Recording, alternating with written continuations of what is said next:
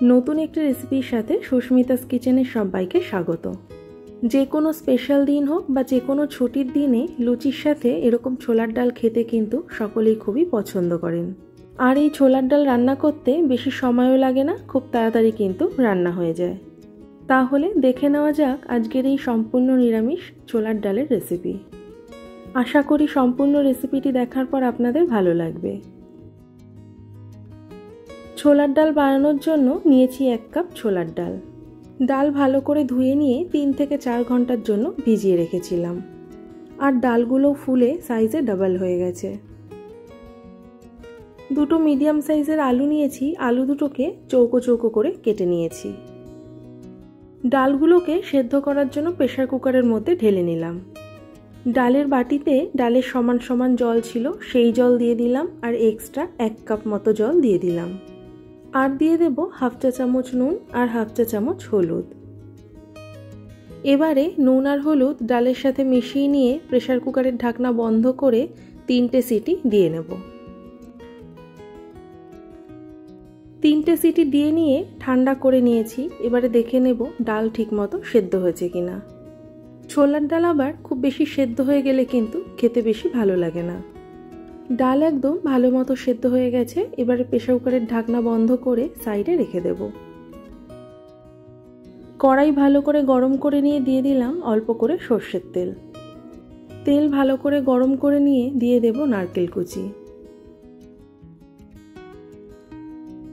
নারকেল কুচিগুলোকে হালকা লাল লাল করে ভেজে নেব।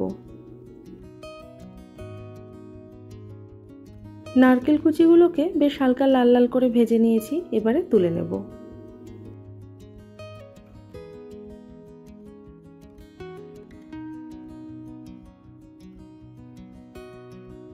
এবারে ওই তেলের মধ্যে দিয়ে দেব 2টো তেজপাতা, 2টো শুকনো লঙ্কা, কয়েকটা গোটা গরম মশলা আর হাফ চা চামচ গোটা জিরে।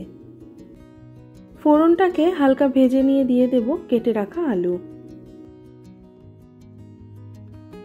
আলুগুলোকে 1 থেকে 2 মিনিট মতো মিডিয়াম টু হাই হিটে হালকা লাল লাল করে ভেজে নেব। 1 থেকে 2 মিনিট মতো আলুগুলোকে ভেজে নিয়েছি। এবারে দিয়ে দেব হাফ চা চামচ নুন। নুন মিশিয়ে নিয়ে আলুগুলোকে আরও 1 মিনিট মতো ভেজে নেব। তারপরে 2 থেকে 3 মিনিটের জন্য লো হিটে ঢাকা দিয়ে আলুগুলোকে সেদ্ধ করে নেব। মশলার জন্য মিক্সির বাটিতে নিয়ে নেব 1 ইঞ্চ মতো আদার টুকরো, 2টো কাঁচা লঙ্কা, আর দিয়ে দেব একটা মিডিয়াম সাইজের টমেটো। আদা, কাঁচা লঙ্কা আর টমেটোর স্মুথ একটা পেস্ট বানিয়ে নিলাম। 2 থেকে 3 মিনিট হয়ে গেছে। এবারে আলুগুলোকে একটু নাড়াচাড়া করে নিয়ে দিয়ে দেব হাফ চা চামচ হলুদ। হলুদ মিশিয়ে নিয়ে আলুগুলোকে আবার কিছুক্ষণের জন্য একটু ভেজে নেব। এবারে কড়াইয়ের মাঝখানে একটু জায়গা করে নিয়ে দিয়ে দেব হাফ চা চামচ হিং। হিং তেলের সাথে কয়েক সেকেন্ড ভেজে নিয়ে দিয়ে দেব বানানো মশলার পেস্ট। মশলার বাটিতে অল্প জল মিশিয়ে দিয়ে দিলাম। মশলাটাকে তেল আর আলুর সাথে মিশিয়ে নিলাম। এবারে দিয়ে দেব হাফ চা চামচ জিরে গুঁড়ো আর সামান্য একটু লঙ্কার গুঁড়ো। আলু ভাজার সময় আর ডাল সেদ্ধ করার সময় হলুদ দিয়েছিলাম, তাই এখন আর হলুদ দিলাম না। এবারে সব মশলাগুলোকে মিশিয়ে নিয়ে লো টু মিডিয়াম হিটে ভালো করে কষিয়ে নেব। যারা নতুন বন্ধুরা আছেন, সম্পূর্ণ রেসিপিটি দেখার পর ভালো লাগলে অবশ্যই চ্যানেলটিকে সাবস্ক্রাইব করে দেওয়ার অনুরোধ রইল, যাতে নেক্সট ভিডিও নোটিফিকেশান খুব তাড়াতাড়ি আপনাদের কাছে পৌঁছে যায়। আর যারা পুরনো বন্ধুরা আছেন অবশ্যই কিন্তু পাশে থাকবেন। মশলা ভালো করে কষিয়ে নিয়েছি আর মশলা থেকেও তেল ছেড়ে এসেছে। ডালগুলো যেহেতু একটু গোটা গোটা আছে, একদম গলে যায়নি, তাই জল থেকে তুলে ডালগুলোকে মশলার মধ্যে দিয়ে দিলাম। আর যদি ডালগুলো বেশি সেদ্ধ হয়ে যেত তাহলে জল সমেত ডালগুলোকে দিয়ে দিতাম। 1 থেকে 2 মিনিট মতো ডালগুলোকে মশলার সাথে কষিয়ে নেব। ডাল সেদ্ধ করার যে জল ছিল সেই জল পুরোটাই দিয়ে দিলাম। এবারে সব কিছু ভালো করে মিশিয়ে নিয়ে মিডিয়াম হিটে ফুটতে দেব। ডাল ফুটে উঠেছে। এবারে দিয়ে দেব স্বাদ মতো চিনি। এরকম নিরামিষ ছোলার ডাল বা যে কোনো নিরামিষ তরকারি একটু মিষ্টি মিষ্টি হলেই খেতে বেশি ভালো লাগে। চিনি ভালো করে ডালের সাথে মিশিয়ে নিয়ে মিডিয়াম হিটে ডাল ফুটিয়ে একটু ঘন করে নেব। ডাল অনেকটাই ফুটিয়ে কমিয়ে নিয়েছি। ডাল সেদ্ধ করার সময় আর আলুও ভাজার সময় নুন দিয়েছিলাম, তাই এতক্ষণ কিন্তু আমি নুন দেইনি।